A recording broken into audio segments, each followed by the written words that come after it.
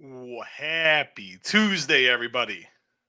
It is Tuesday, the day after the official end of summer. I know people are going like, it's at the end of summer. Steve, come on. We still got like 2 weeks to go, but let's just be realistic.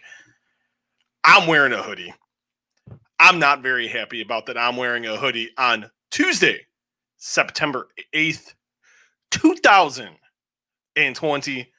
I am Steven Muehlhausen of DAZN and SportingNews.com, writer for DAZN and SportingNews.com. And man, I feel like it's been eternity since I have seen you guys. It's been a hot minute. I feel like I haven't seen you guys in like 6 years, even though I just seen you guys Saturday. I needed a little bit of a siesta from. I was going to do a podcast yesterday. I was going to recap Raw. No. I didn't want to do that. And I'm like, can't. I just don't want to. Like, I didn't want to. I was tired. It was a long day. I had a long weekend. I worked all weekend. I was tired. You guys know how it is. When you get tired, the last thing you want to do is do more work. Yes, I know. We're going to say, well, Steve, this isn't work. No, it's not work. I'm not saying that it is. But sometimes in this world, you just need a break. And you know what?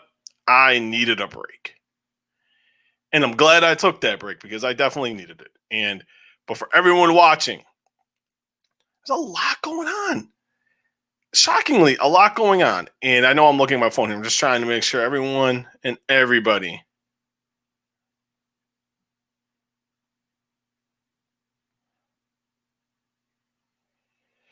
is getting this. But yes, and I am Steven Muehlhausen of Sporting News and DAZN, and feel like we're going to get a lot of people watching today. And just got like this, premonition that we're going to get. A lot of people are going to watch today. But if you are watching via YouTube, it's simple. I swear to Jesus, it's simple. All you got to do, watching on YouTube, hit the subscribe button, like the channel. Watching via Facebook Live, simple as well. Give a reaction to the video, and also please, pretty please, follow and like the page. We're gonna leave it as simple as that. I promise. But no Daryl today. I'm riding solo. Daryl will be back, I think, Friday. I think. Don't quote me on that. But I think he'll be back Friday. That is what he tells me anyway. But no, hopefully we see Daryl back on Friday. A lot going on. And we'll start with this. We have a new NXT heavyweight champion. Finn Balor defeated Adam Cole to become the NXT heavyweight champion. You know, you kind of knew this was going to be the route. This was going to be the destination. But it was just a matter of how were they going to get there? Were they actually finally going to do it? I thought they were going to do this months ago. I thought Balor would have been the initial one losing to Karrion Kross, not Keith Lee. I didn't think they would go with Adam Cole. I thought when Balor first came, I thought he'd beat Cole and we'd have a new NXT champion. I was wrong. And I was very surprised by that. And the only reason I was surprised was because the biggest star in the history of there's a case, and I think it's a very valid one. Finn Balor is the biggest star ever in NXT. This isn't a knock on anybody. But I just honestly think that's, if we're going to be honest with ourselves, and we're going to Be under the honest tree.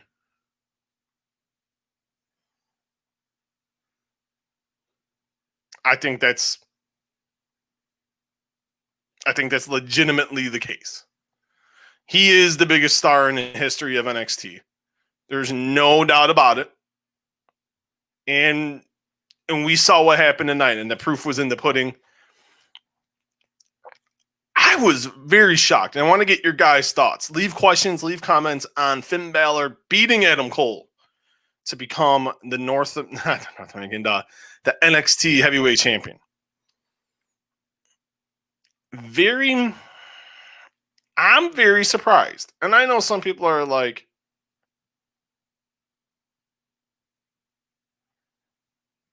and I'm like, and when they came out to begin this show, I didn't plan on this beginning the show. I was doing something in the other room. I had the show on, and I went, and I hear Finn Balor's music. I'm coming down the steps, and I'm like, wait, what? I thought maybe Balor was coming out to cut a promo. So I didn't think nothing of it. Playing with my kids in the front room. I was going to go in there in a couple minutes. I go in, and then I hear the Undisputed Era's music, and I'm like, wait, what? I'm very shocked.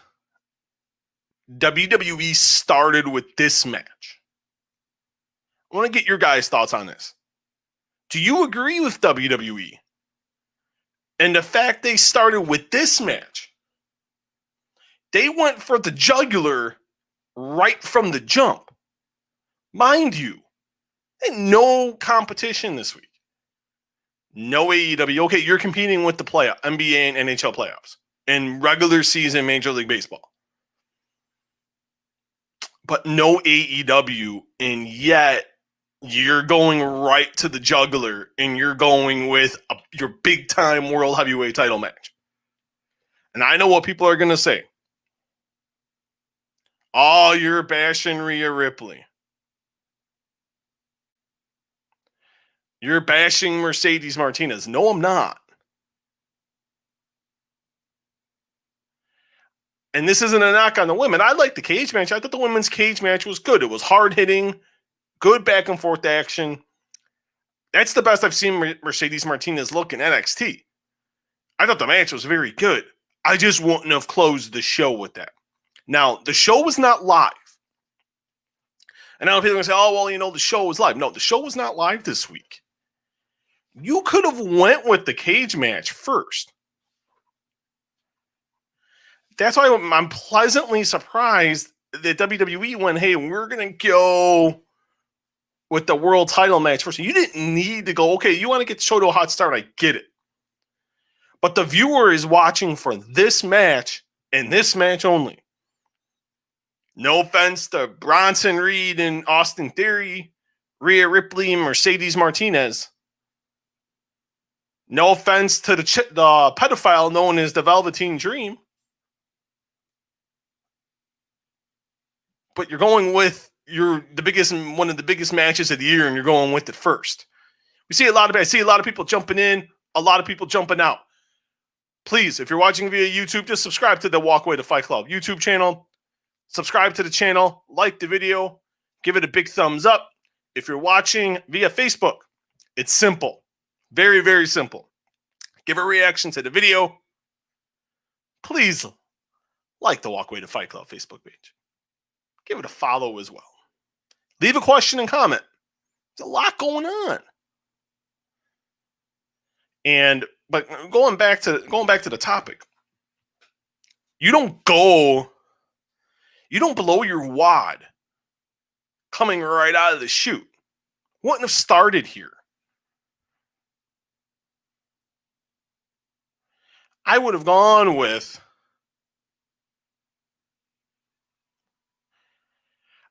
started with the cage match. That cage match was good enough to go first. You get some good momentum, and you leave people wanting more. You leave people wanting to see the main event. The main event, the match you headlined with last week with two other guys. What was so special about that match last week that you headlined, but you couldn't headline with Finn and Cole this week?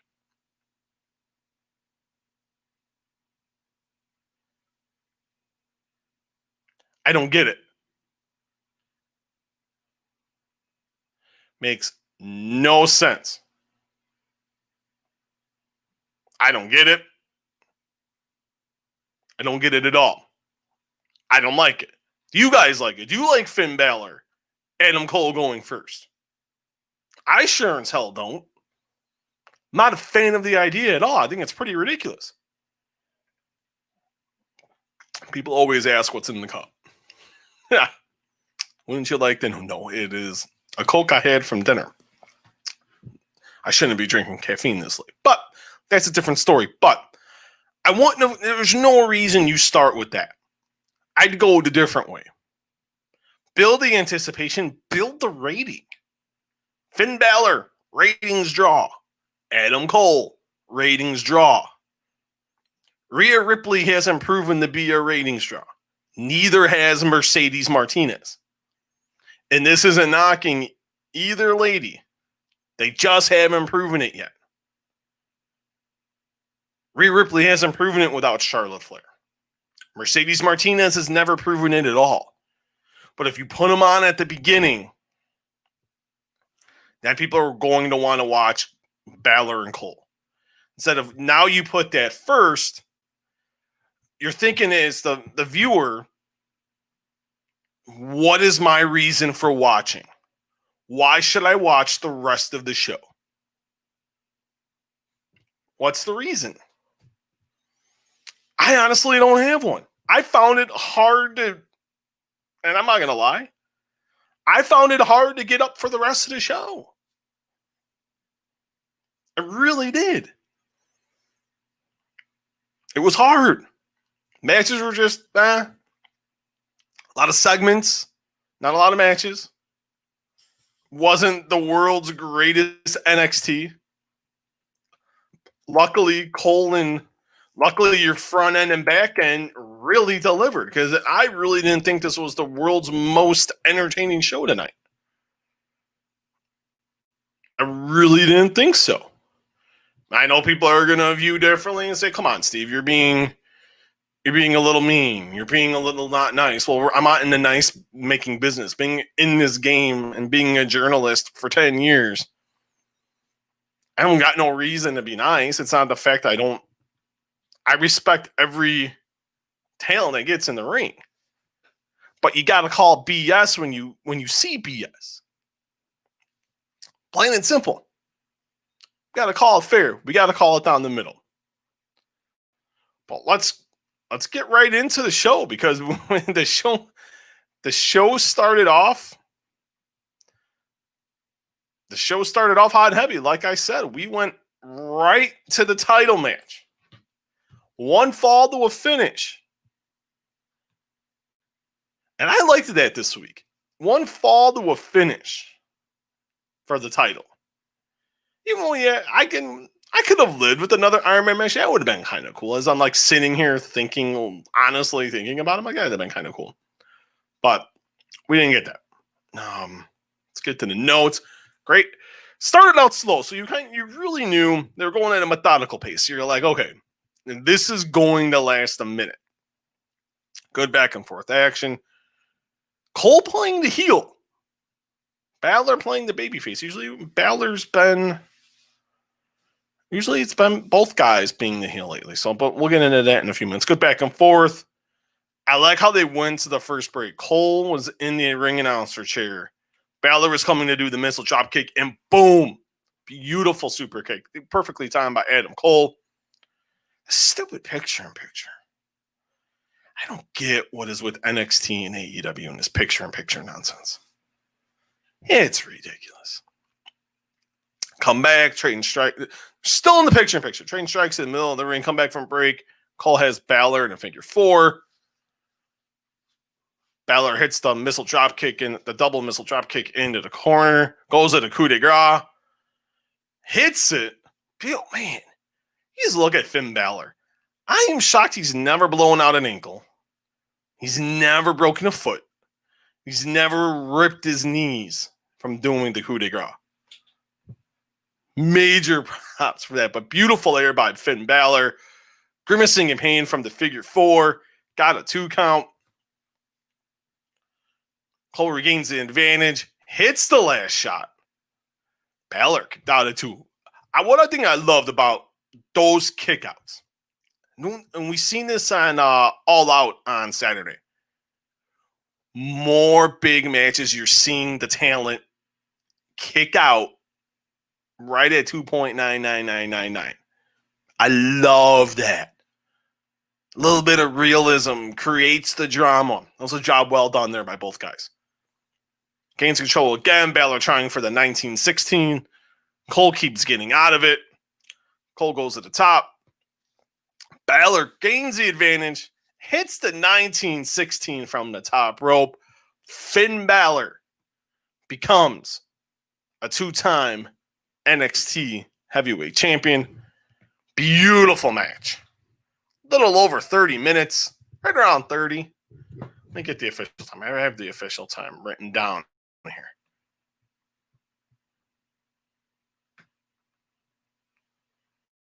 I don't have the time here.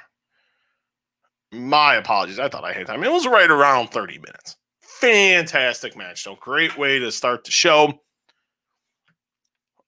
What do you guys think of the match? What do you guys think of Adam Cole beating Finn Balor to become... Finn Balor beating NXT to become the heavyweight champion? Man, a lot of people not happy with the... Yes, I will read, and this is the one thing I do too. I know we got a lot of new listeners tonight jumping on. I read every comment. I read every question. I promise I will read these.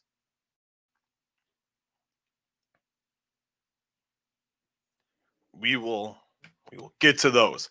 Come back. Finn Balor's in the back. Getting a hug from Triple H. Albert. And I thought a shaking of the hand with Adam Cole in a too sweet. I marked out their Bullet Club style. I thought that was pretty cool. I'm not going to lie. Balor caught a promo saying everyone asked why he returned to NXT about 10 months ago.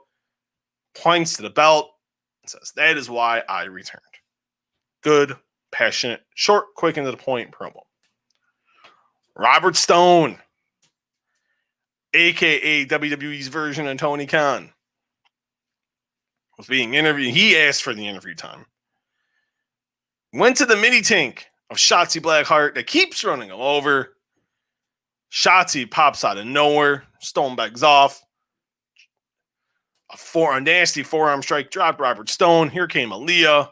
And then Io Shirai came back and helped out Shotzi Blackheart. Sure, they got her into the ring through the curtain. Aaliyah, good job by Aaliyah here, begging for mercy. Telling Shirai, I'm sorry. Please don't hurt me.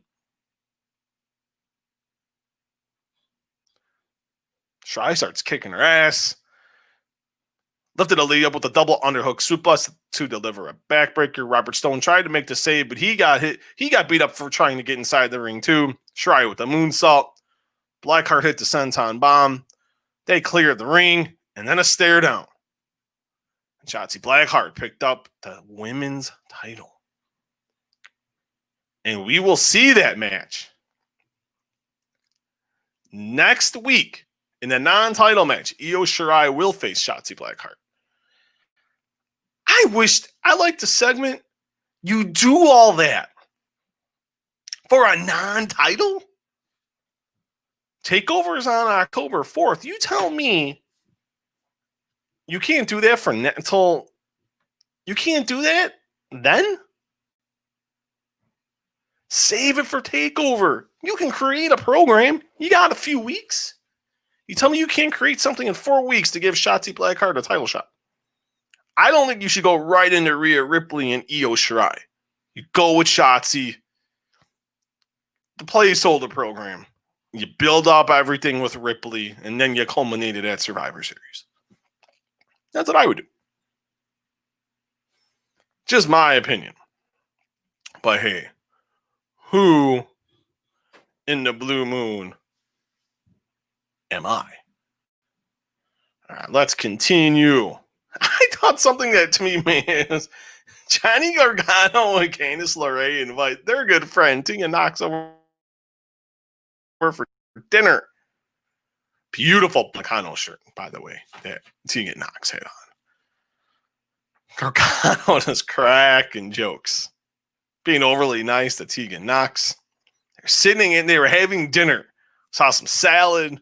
We saw some spaghetti. The only thing I wonder is, where's the meatballs? I want me some meatballs. Who doesn't like spaghetti with meatballs? Come on.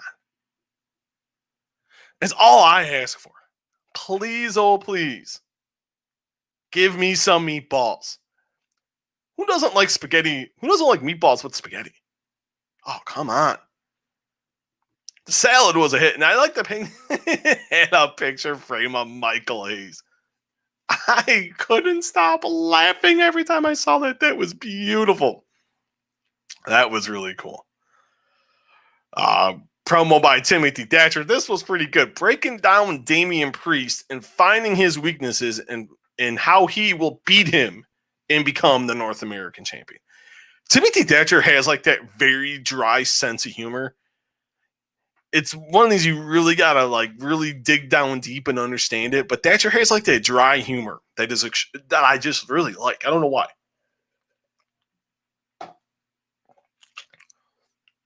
Let's see. And then one of my least favorite parts of the show. Got a lot of people jumping in and out here. If you're watching on Facebook, pretty simple, guys.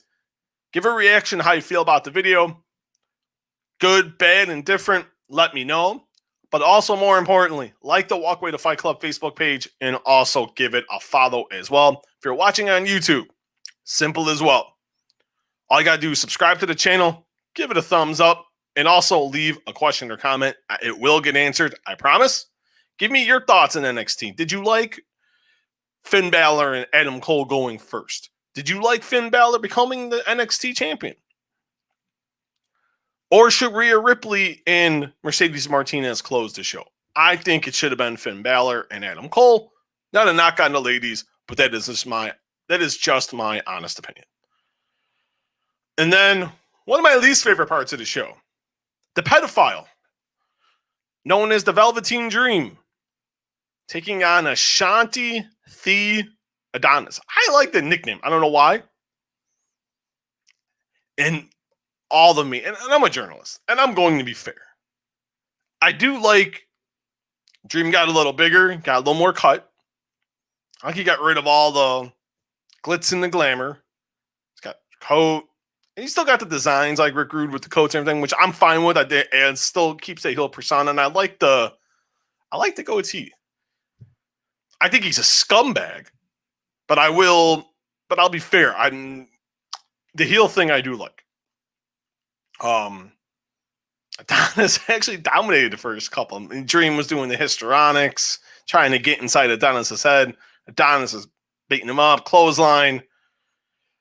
Just beating him a little bit. Got the roll up, deep 2 count. I love those deep kickouts, and I liked when Dream did that as well. That was well done. Made you think for a moment, man, maybe Adonis gets this done here. Maybe they're trying to bury him. I was hoping so. I'm not gonna lie. Hit a couple more spots. Dream got out of it. Hit the Dream Valley Driver for the victory. Okay, whatever. It was more or less a glorified squash. Get Dream over, get him a win. He's about to cut a promo, and he got attacked by Kushida. I haven't seen Kushida in a hot minute. Let's go see Kushida back, the former IWGP Junior Heavyweight Champion.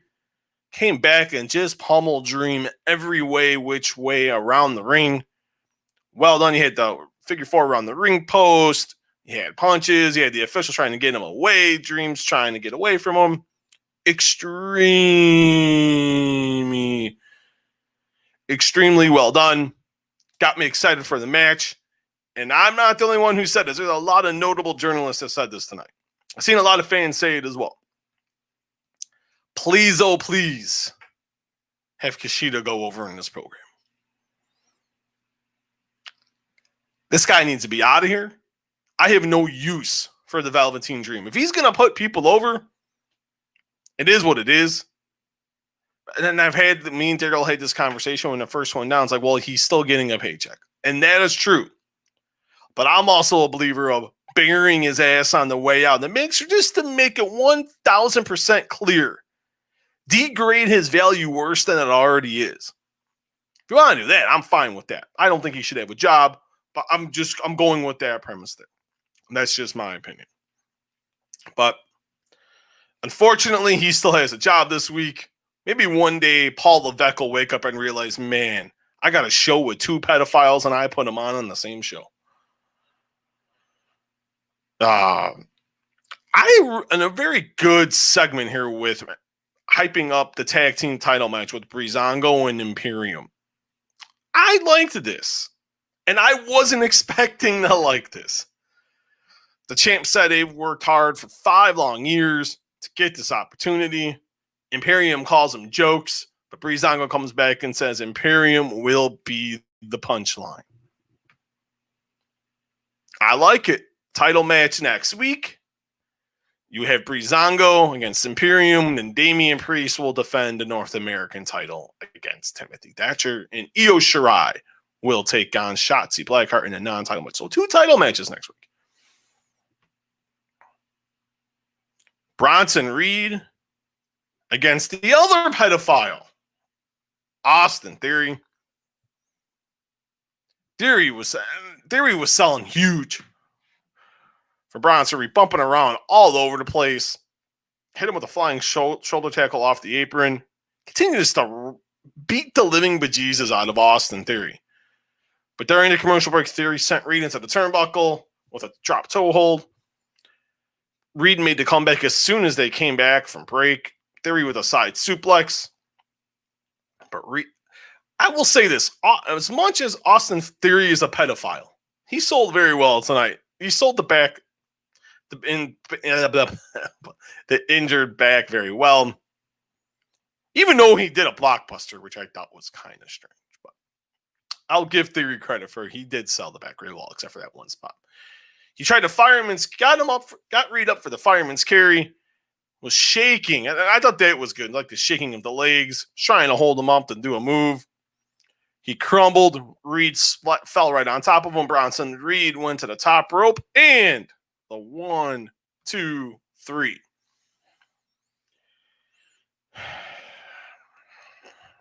At least one pedophile lost tonight. No, I did not. This cracks me up. Nick Swink.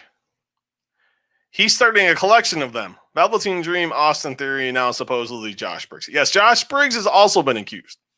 I haven't seen much on the Josh Briggs situation, so I'm not too I don't know much about the situation. I really haven't looked into it too much. But I've been hearing, that's what I've been hearing. That's been the rumor. I don't know how true it is, but right now, guaranteed that I know 2 pedophiles on NXT. I guess, for a guy that has 3 daughters, he sure does. I'm very shocked Paul Levesque wants these guys around. It's just very surprising. I don't know how Paul Levesque can even Shawn Michaels. He's a father. How do you look at this guy? Those 2 and want them around. Had to fire them in a New York minute. But Nick Swink, you're not wrong, sir. Not wrong in the slightest bit. Roderick Strong and Killian Dane. Roderick Strong out with Bobby. Actually, no. I missed Adam Cole.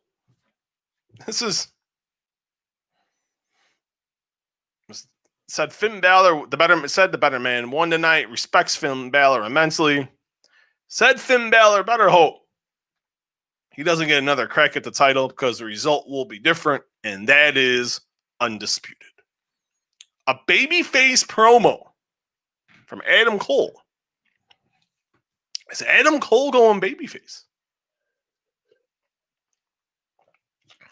It's very interesting. Very, very interesting. This match didn't last long. Roderick Strong, Killian Dane, Bobby Fish interfered, caused a distraction, hit Killian Dane with a jumping knee strike for Roderick Strong to get the pin. They attacked Dane after the match. When Drake Maverick came out to make the save, I like seeing Drake Maverick carry a pipe because the pipe's almost as tall as Drake Maverick. But the pipe didn't matter because two members of the Undisputed Era took care of him. Killian Dane got the pipe and chased them away. Once again this week, Drake Maverick offered a handshake to Killian Dane, but for another week, Killian Dane decked him. They're eventually going to team up. You got it. One's got to think, right? Back to the Candice LeRae, Johnny Gargano, Tegan Knox. Once again, he's being obnoxious. By this time, Gargano leaves. LeRae and Tegan Knox rekindled their friendship. Oh, what a surprise. LeRae then said Knox had her chance to defeat Shirai for the title, but Knox lost. So LeRae said, if anyone is going to beat Io Shirai for the title, it will be her. Knox said, you never have beaten Shirai either. LeRae got upset, threw the salad at Knox, and Knox threw a drink in LeRae's face. They're starting to go at it. Gargano came in. Gargano yelled at Knox. Why are you yelling at Tegan? Come on now. She cursed at Gargano, and in a funny spot, she wasted spaghetti. Why would you waste spaghetti? Threw it at Gargano. LeRae threw an object at Knox, but she ducked. The object hit the TV, knocked her out of the house, and LeRae ran after her. I'm very disappointed. Now, see, I was always taught never waste food. How dare Candice LeRae? Who's going to waste spaghetti? Not me. If you're going to waste spaghetti, raise your hand. Anybody. Body. I didn't think so. You're not going to waste a good spaghetti. Exactly. Nick Swink understands this here. There were no meatballs. To have a good spaghetti, you need meatballs. But still, if you don't do meatballs, you got to at least have the Parmesan cheese.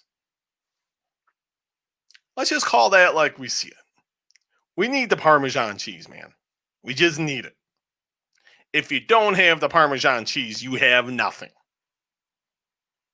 Good golly, you don't have a damn thing.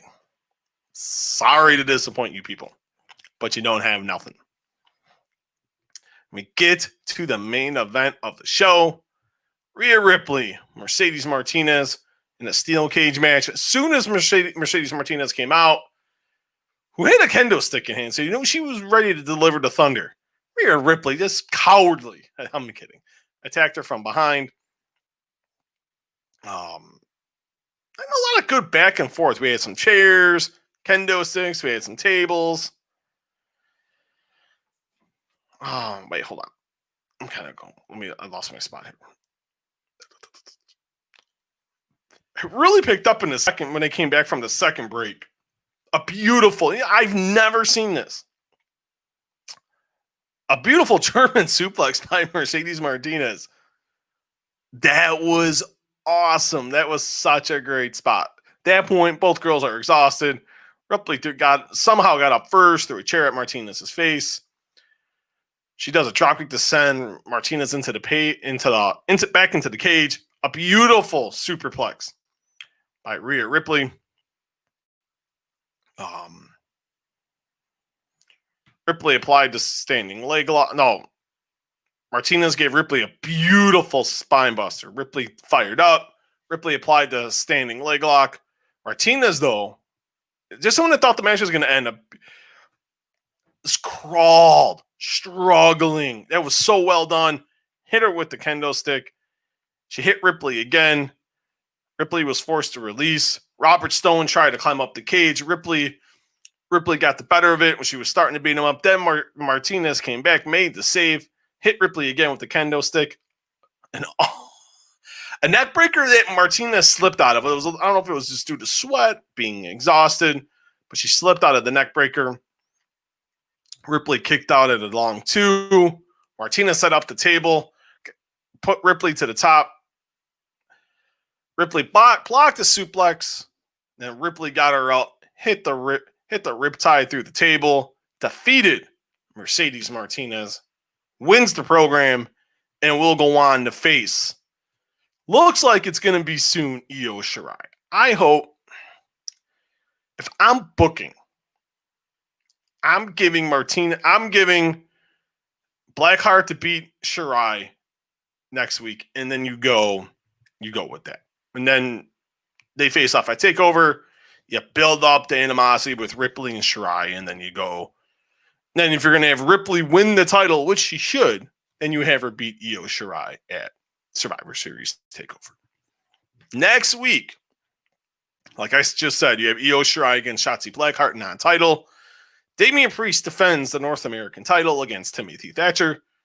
And then Breezango, Tyler Breeze, and Fandango defend the tag team titles against Imperium, Marcel Barthel, and Fabian Eichner. God, I need to see some Walter in my life. Man, I miss Walter. And NXT is back on USA next week. And they're back on Wednesdays. For people that were wondering, he will be back on Wednesdays.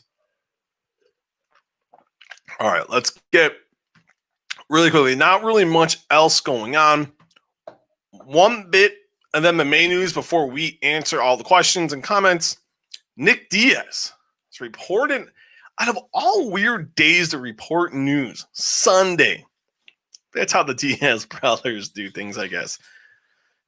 Nick Diaz's manager reached out to ESPN's Ariel Helwani, showed a video of Diaz. Looks fantastic. Dieted for 14 weeks. He weighs between 175 and 185. And guaranteed Nick Diaz is going to come out of retirement. He'll return to the UFC in early 2021. Now, what I do know, Nick Diaz has stayed in the USADA pool. So Nick Diaz is still getting tested. So because I've been getting asked by people, does Nick Diaz, will he have to go through, the 6 months? No, because he never stopped testing. So we will see Nick Diaz in early 2021. From what I'm told, he's going to fight at welterweight. That would be a smart move. And apparently he's going to be really watching the winner of Tyron Woodley and Colby Covington, which will take place next week. Leon Edwards has called him out, which Nate Diaz promptly responded, you ain't getting that. Poor Leon Edwards. I think Leon Edwards is biting off a little more than he can chew. Conor McGregor says he's ready. The trash talk between Conor McGregor and Nate Diaz would be a thing of beauty. I am down.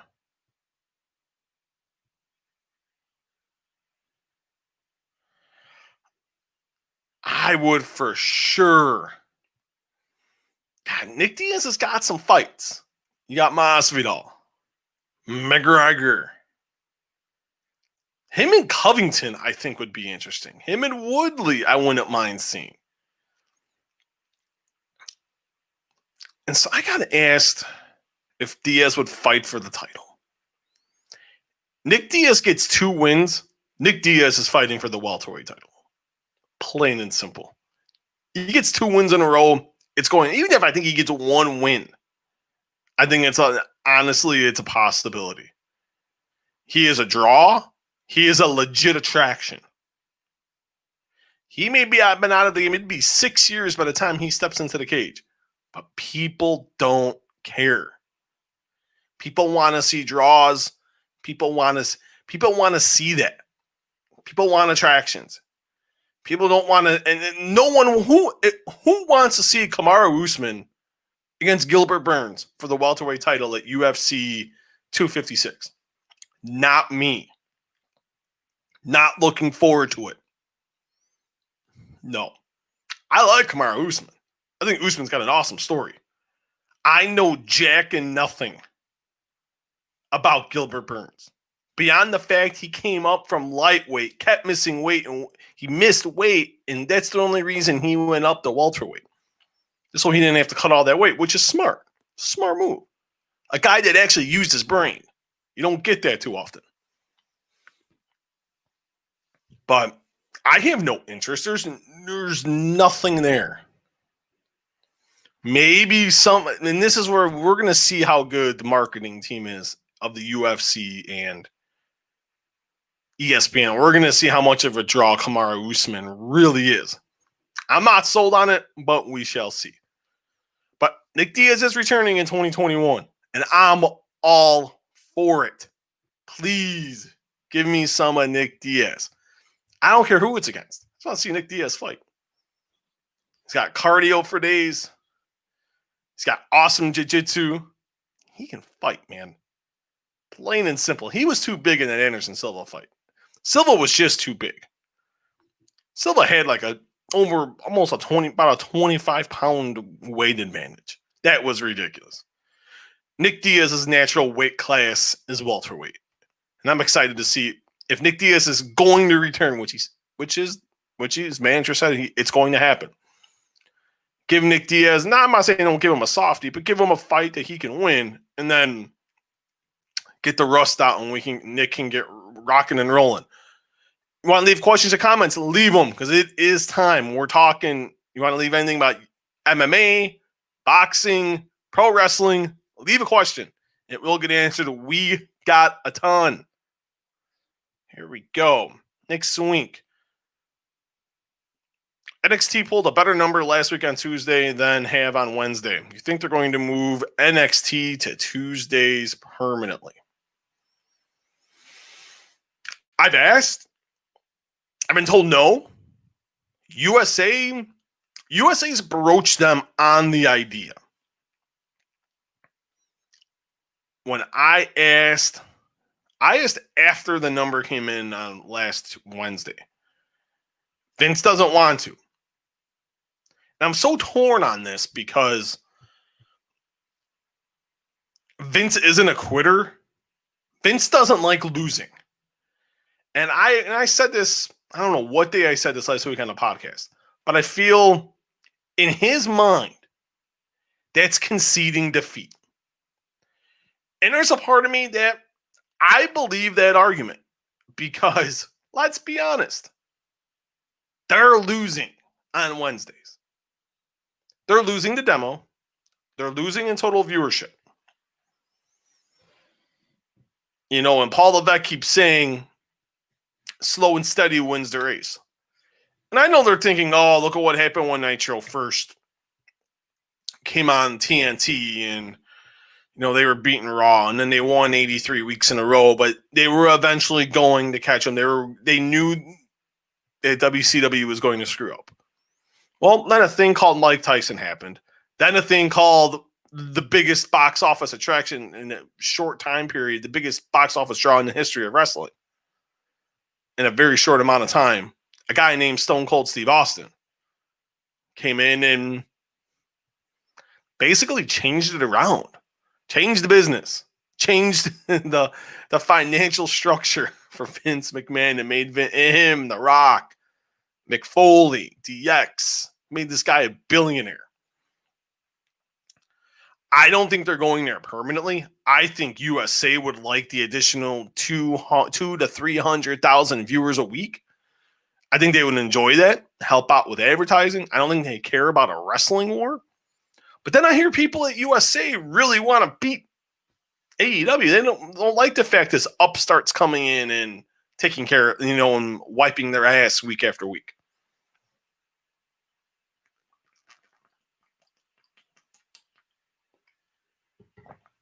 Sorry about that.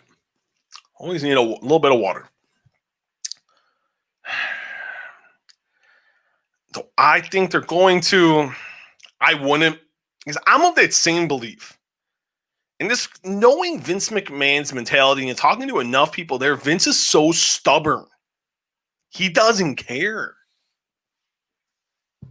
He wants to win. This was his battle. He was on Wednesdays first. That's just how that guy thinks. He plays to the beat of him. Should they? I think they should. But are they going to? Not a chance. Richard McPhee, what's up, my man? Badly booked segments out of place. Yeah. Not wrong on that one, Richard. I can't disagree. I disagree with you 100%. They've made some baffling decisions with NXT for months now. They gave away their biggest match on the TV show in Keith Lee versus Adam Cole rather than save it for the pay-per-view. Not wrong. It's the things they do, and this doesn't just involve NXT. Look at what happened with Raw. Vince McMahon didn't even see the script for the show, came in, ripped the entire show up yesterday. Got there around 90 minutes to 2 hours before the show started. That's part of the reason why that show was a clusterfuck. So watch the show. Goodness gracious. But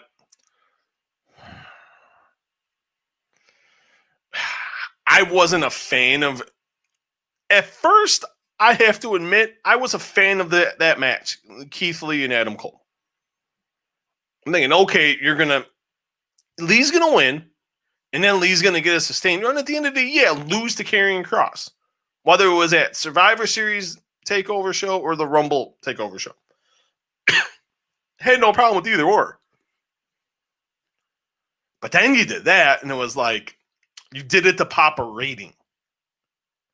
That was mistake. It's WCW-esque, where WCW started doing title changes just for the sake of doing title changes to pop a rating. Goldberg and Hogan, the biggest example.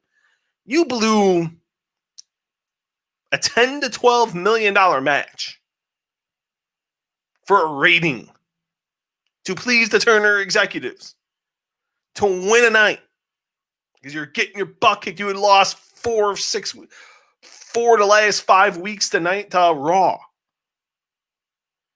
You give away the biggest main event you could have possibly have ever made.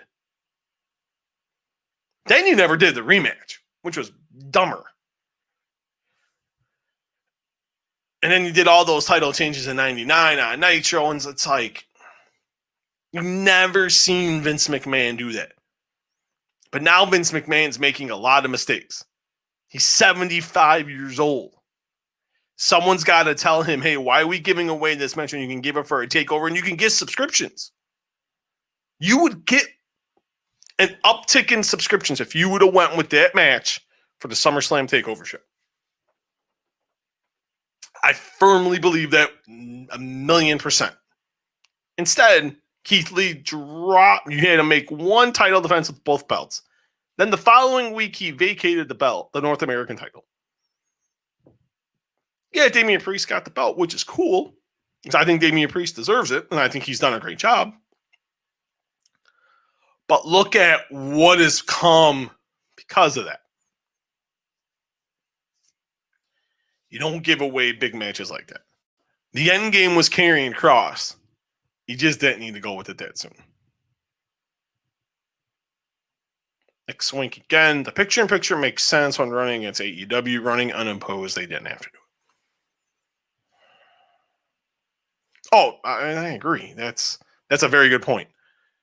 I also think when it comes to the picture-in-picture, if you're going to do it, please just do it once an hour. I don't need to see like every commercial break be picture-in-picture. It's like, come on. I want to run my head into the wall and keep having to see picture-in-picture. Even my son, he's 4, watching with me. He's like, Daddy, why do they keep going to these screens? I'm like, I don't know. I'm tired of like explaining that nonsense. My 4-year-old can figure it out. And I agree, if you're running unopposed, like if you're going, say you're like these last weeks, they're going unopposed. Don't do it at all. But if you're going head to head, to me, one time an hour. AEW is just as guilty as WWE. AEW is not excused from this whatsoever. I hate when they do this nonsense. All right, Richard McPhee. There was reports saying NXT could get better ratings on another day, but WWE and USA are hell-bent on trying to hurt the AEW ratings. We went over that already, but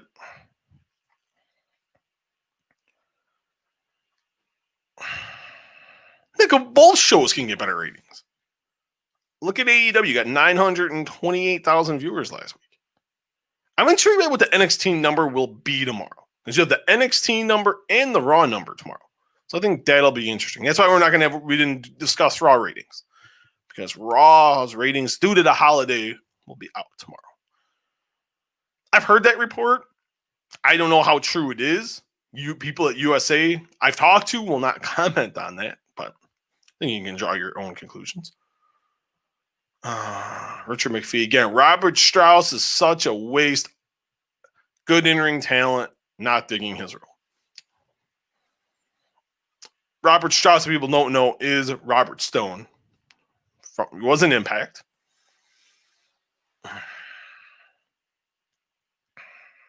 They are wasting him. I'm not gonna lie. It's a pure knockoff on Tony Khan. If anyone doesn't know that, I don't know what to tell you. But they're a total ripoff of Tony Khan, which is unfortunate. It's not surprising. If anyone is surprised by anything WWE does, but I am not. He's a good in-ring talent. I wish he'd be used more in the ring. I wish we would see that.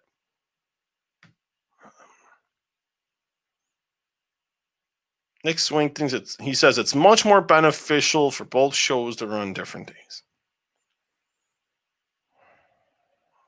I don't know.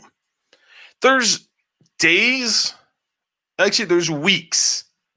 I agree with that. But then there's weeks that I don't. And more often than not, I disagree with it because I remember the Monday Night Wars. As a teenager, I remember every Monday I had my buddies over. We'd order the pizzas. We'd have the Doritos. We had the soda pop. We had the Gatorades, the Powerades, drink the water.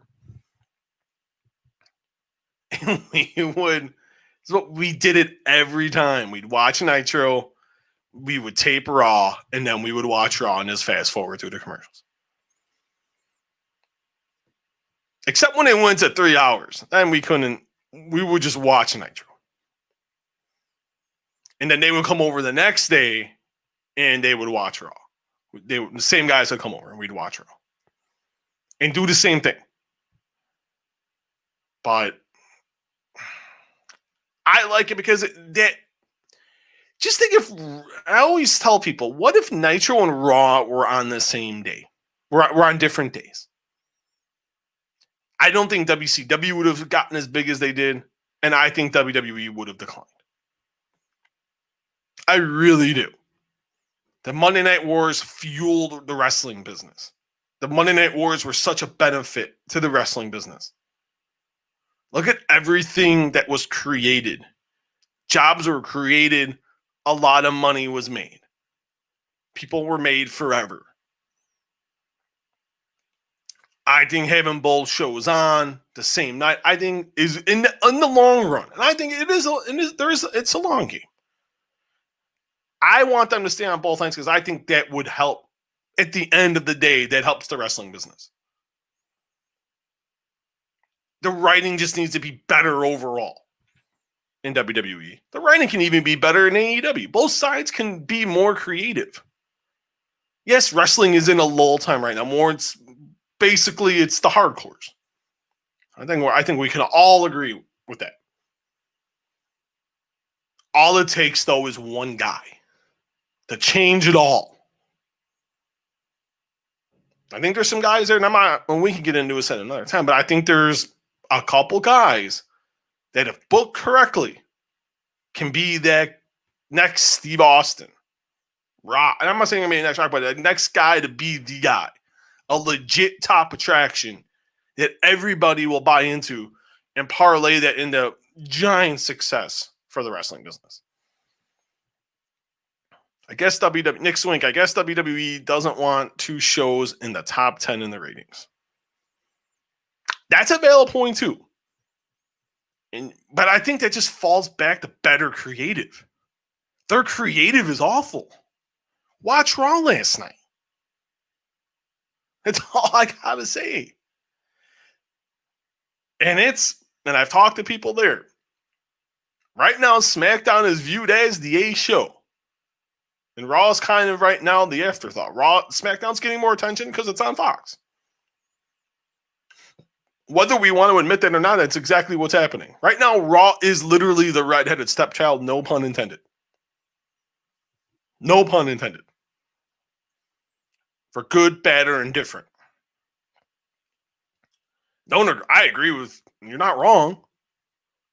But if they had better creative, that's a trickle down from Raw to NXT and to SmackDown. I honestly think so. Maybe I'm just the eternal optimist. But I honestly think Scout's honor. I honestly think that. But that's up to WWE. And that's about getting a 75-year-old man out of there and let these younger guys. You get rid of Vince McMahon and get rid of Bruce Pritchard. I'm telling you right now, you're going to get a better show. I've had people in that company tell me that. Velveteen is from Richard McPhee. Velveteen Dream is tarnished. All the pedophile stuff. I can't believe he stays employed. Great wrestler, but questionable person. Thank you for the comment, Richard, and thank you for watching. Nick, thank you for leaving comments. I really appreciate it, guys. I will say, and I've talked about this, and I'll say it again. I know we get new viewers watching and new listeners each week in each show. It was hard watching him in the North American title match. And this I was just like, I'm done. I can't believe they're bringing this guy back. What? He has to know all the dirty little secrets for him to retain his job. Why is he getting defended so much? The evidence is there. The proof is in the pudding. It's like, what more do you need before you can this guy? Is he talented? Absolutely. Patrick Clark is very talented. I love the gimmick. The gimmick works. But at the end of the day, this guy's a bona fide scumbag. He is a pedophile. There's no questioning that he's not a pedophile because he is one. And I got two boys, and I find it deplorable he's on TV. I don't even have girls. And Paul Levesque's got 3 of them. How do you look your wife in the eye and your 3 daughters knowing you employ 2 pedophiles on your television every single Wednesday? It's ridiculous. I want to go back to this one because I like this one. This kind of blends down. Nick Swinky starting a collection of them: Velveteen Dream, Austin Theory, and now supposedly Josh Briggs. I did send a message about Josh Briggs, so hopefully I can get an answer on it. I don't know that. I will look more into that situation tomorrow, and we can talk about Josh Briggs tomorrow during the Dynamite recap show. Not wrong, though. And it's even harder when I watch Theory. It's like, man, and I know in this job, it's hard. You know, I see and hear stuff. We all talk about it in the boxing, MMA, and pro wrestling industry. I talk about it with reporters, my employer, and it's hard. And you got to stay impartial. And so one thing we always talk about at DAZN and Sporting News is staying impartial, regardless of the circumstance. You know, you always got to stay professional. This situation's hard, though, because I got kids. And when I put the dad hat on, and even the reporter hat on, and I sometimes do both at the same time, it's hard. I have no I have no room for that. I don't. I got to admit, I wanted to get up when both of those guys were on. Then I watched. I'm like, man, I hope you lose. I was so happy when Austin Theory lost. I clapped. Not gonna lie. Richard McPhee, I honestly think WWE thinks the pedophile stuff with Theory and Dream will blow over in time. But that has not been the case, and the James Ellsworth still getting booked, and he has been accused of being a pedophile. Not wrong. That's exactly what they hope. You're 1,000, you're in 1 million, and you're infinity and beyond % correct, Richard. You're not wrong, my friend. I don't want to cut you guys off there. There you go. You're not wrong. Not wrong at all. You're 100% correct. They're hoping it blows over. And it's a shame that they think it is. It's pretty sad. This isn't the 80s. This isn't even the 90s where this stuff was happening and everyone was turning a blind eye. This is a different time, not just in wrestling, but the world. This stuff isn't tolerated anymore. And with James Ellsworth, that was disgusting too. I don't know how he's getting booked. I've got no idea. That's another one I scratch my head on. At least WWE hasn't brought him back. And at least AEW hasn't touched him with a 10-foot pole. And I don't think they're going to. From people I've talked to there, his name has never come up in conversations. So that's at least a good thing. So, yeah, that one's a little baffling.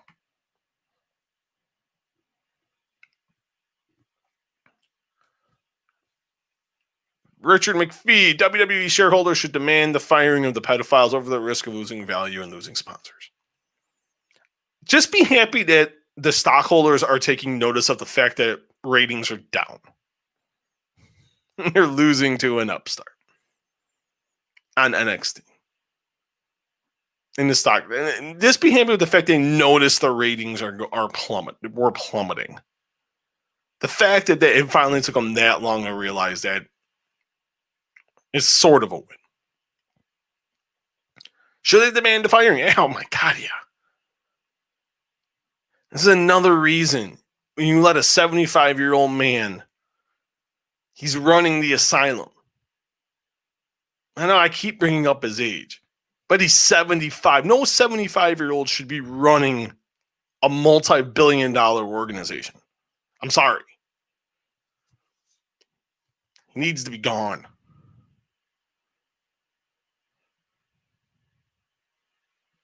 And I'm going to go back to this really quickly. I want to finish my thought on it.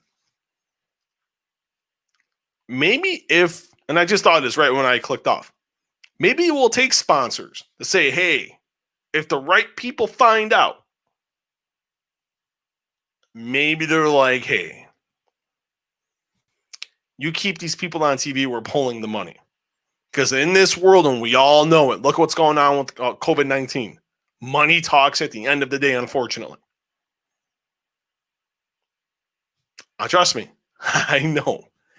At the end of the day, money talks. And if sponsors threaten to pull out, maybe that would be the thing. They would be like, okay, these guys need to go. I hope that's the case, sooner rather than later. Richard McPhee, it feels like Ripley is missing something. Very talented, but the it factor is missing. It's a very valid argument. She was missing something for a while. I felt like she got some of that back tonight. I was a big fan of this main event, regardless if it should have been the main event or not. And that's irrelevant in this topic. She showed that fire. She showed that charisma that has been missing since WrestleMania. I thought she looked great tonight. This is the best I've seen Rhea Ripley in a long time. Hopefully, it does mean she's on. She needs. It's the situation of where the title makes you, not you make the title. And she desperately needs a title, and she needs a good run with it. Next week, yes, NXT UK is coming back soon. It comes back I think September the 17th. Yes, September the 17th. Next Thursday. So 9 days from now. And yes, Walter. I will mark out for Walter all day long and twice on Sunday.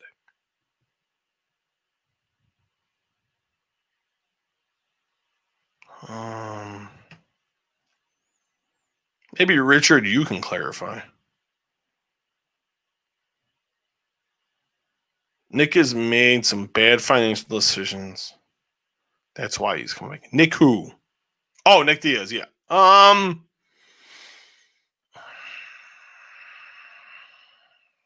don't know. I can ask. It could be the case. It's more often than not that it is the case of why fighters come back. It's how the old generation was. I don't know about Nick Diaz. From what the last time I asked about the Diaz finances, I know Nate has saved his money extremely well and made some really good investments. I don't know about Nick. I haven't asked, but I will ask. And hopefully I can have an answer for you on that tomorrow. Richard again, ring rust is a bitch. Nick is a good fighter, but let's be real. Nick hasn't beaten a top 5 contender, and his wrestling is his weakness. Oh, unless you're Dominic Cruz, apparently ring rust isn't. But no, I think cage rust is very, very, very real. No, Nick is a good fighter. But let's be real, Nick hasn't beaten a top 5 contender. And that's been why the Diaz brothers are pure geniuses. Even though I will say, I thought Nick Diaz beat Carlos Condit and should have been the interim welterweight champion. I think Nick Diaz beat Carlos Condit. UFC. Oh, what UFC was that, guys? One. Oh, this is gonna bother me. Hold on. Now I gotta find it. I wasn't expecting this question. Let's see. I'm trying to remember. It was for the vacant title. GSP was out with an injury.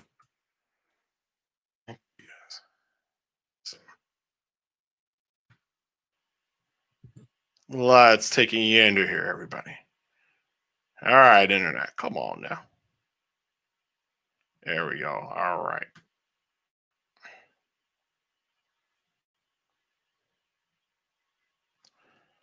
UFC 143. February 2012. I had scored that fight for Condit.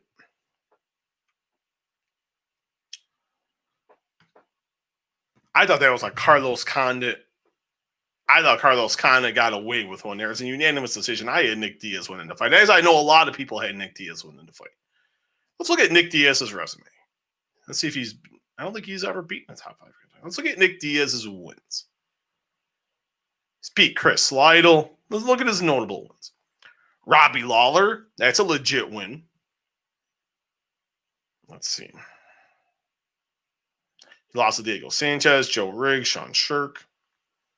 Beat Josh Neer, Gleison Tebow, Mike Keano, Katsuya Ino, Moosin Corberry, Thomas Denny, Frank Shamrock, the Frank Shamrock fight. Now, the Frank Shamrock fight was the one that really put Nick Diaz on the map. The Robbie Lawler fight was the one that made people realize, hey, this kid's a legit prospect. The Frank Shamrock fight took him to a superstar level. It really did. Beat Scott Smith, Maria Zaramskis, Hayuto Sakura, KJ Noons, Evangelista Santos, the great war he had with Paul Daly, BJ Penn right before BJ went down in the shooter. Lost to Condit, which I thought he won the fight. And then the wide-sided loss to George St. Pierre, and then the no contest after he had lost Anderson Silva, but Anderson Silva failed drug test for steroids, and Nick went on to fail a test for marijuana as well. But I want to see Nick Diaz fight because Nick Diaz knows how to sell fights. Let's just see if ring rust is real. He's a does triathlons. He's a fantastic athlete. But like you said, it's different doing a triathlon than it is working in the cage. I know he's been training for a while, but I don't know how much he's getting pressed or anything like that. All right, and we will end with this. Last question from Richard. Does Tony Khan deserve the criticism over the Matt Hardy injury and pushing him back out there that fast and making AEW look professional? I think he does. I think the way Tony Khan has handled this has been pretty horrific. Hopefully Tony Khan learns from this situation. Because remember, he's never been put in a situation like this. This has never happened on one of their shows. Something like this. And you got to realize, Matt Hardy was out about a good 40 to 45 seconds.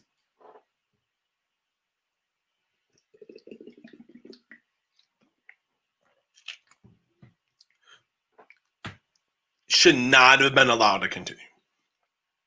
The match should have been stopped. As soon as the match was stopped, should have been stopped, and that should have been it. He's the owner. It's his money. He makes the call. That should have been stopped. No ifs, no ands, no buts about it. Tony Khan made himself look horrible in front of his staff. He made himself untrustworthy to the Hardy family and all the families that their spouses are employed for by AEW. Then you're trotting him out there tomorrow night on Dynamite? That's capitalizing on a situation. Even if Matt says, hey, I want to be on the show. You don't do that. That's going to be bad. Not a fan of that at all. Hopefully, Tony Khan has learned a lot in the last 48 hours. And one more question. Could it be Sammy is a sloppy worker? 2 matches, 2 botches. No, these two just don't have good chemistry together for one reason or another. It just seems like they don't mesh, which is surprising. Because Matt is a great veteran, a great talent in the ring, and Sammy Guevara is a young and upcoming talent. I think Sammy Guevara has definitely got something. He's not sloppy. He's not. He's a really good worker. I just think their styles in the ring don't mesh. I don't think so. Hopefully, and Sammy's got a lot to learn from this too, because Sammy was trying to get this match to continue, and that Aubrey Edwards should have been like, hey, she was a little slow to the draw on that one. Aubrey Edwards is to blame for this as well, and no one's really saying that, which is quite surprising. I don't think Guevara is getting enough of the blame, and neither is Aubrey Edwards and Dr. Sampson. Tony Khan's getting all the heat here. He should get most of it because as I said, when you're on top of the food chain, you got to deal the good, bad, or the indifferent. You have to eat it. You got to take the good with the bad with the ugly. Some of that blame also has to go to Aubrey Edwards, Dr. Sampson, and Sammy Guevara. Every time I think we're going to go, we get more comments and questions. I love it. Matt Hardy could announce his retirement. I don't blame Sammy. I think the spot was a bad idea. They should have set up 2 tables instead of 1. Never thought of that. Now, I haven't heard anything about this, and I'm going to ask that now. And I'm going to see what I can find. We can't. I blame Guevara for trying to get Matt up, trying to do more spots, when you can tell Matt was not in the right frame of mind. That match should have been done. The spot wasn't a bad idea. I agree with your latter part, Nick, where you needed to set up 2 tables. I was told they ran through that spot twice during the day. And they did it fine. with one table. So from what I'm told, all parties felt confident enough to where you could run that spot with one table. I don't agree with that. After you look at it, it's like, okay, maybe they definitely overshot it. It's different when you're going through something, rehearsing it, going it over. You're live on pay-per-view, that adrenaline is flowing. You get a little amped up. And that's where your point is correct. You put two tables there. You avoid that of any, just in case you do overshoot, which did happen in this situation. And we got the end result. I would have gone that route. Definitely two tables. I still put some of the onus on Guevara. We will agree to disagree, but I definitely agree with you on the one table. Aubrey threw up the X right away. The bell also rang to end the match, but then restarted the match. I think the doctor has. Oh, absolutely. You have to give Aubrey Edwards some of the things. Even after she gave the X sign, she took too long to push Guevara away. Because I rewatched it again today, and that was my issue with her.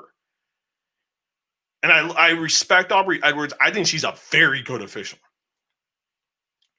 Already one of my favorites. Yes, the bell rang.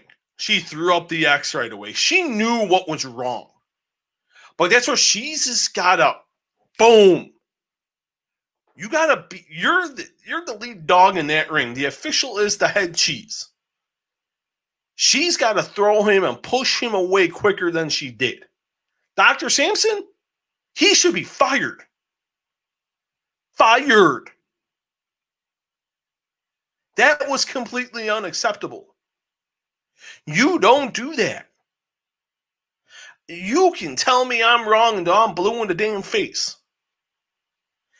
That was wrong. That should never have happened. The doctor has to be smart enough to know, especially in this day of age of CTE and this whole concussion issue, got to be smarter than that. Uncalled for, ridiculous. He should be fired. They're not going to. I haven't heard anything, but I would definitely fire him. And that will be it for today. Man, the comments, great questions from Richard and Nick. Man, great questions, guys. I appreciate that. Thank you guys so much. A lot of viewers popped in and out today. It definitely means a lot. It is greatly appreciated. If you're watching via Facebook Live, it's simple. Give a reaction to the video. And also, like the Walkway to Fight Club Facebook page and also follow the page as well. You can find me right there on Twitter at @MuehlhausenJR. If you're watching via YouTube, or and we do have a YouTube page, the Walkway to Fight Club, subscribe to the channel. Give this video a thumbs up. Leave a question or comment as well. Good, bad, or indifferent. Let me know how I did. Find ways that I can improve. A lot of cool stuff coming up on that YouTube channel. I'm not going to reveal the surprises yet. I'm going to wait till they actually happen. But there's some great stuff cooking coming up in September and also in the beginning of October. The podcast also has a Twitter channel at Walkway Fight. Also on Instagram, Walkway to Fight Club, all in lowercase letters.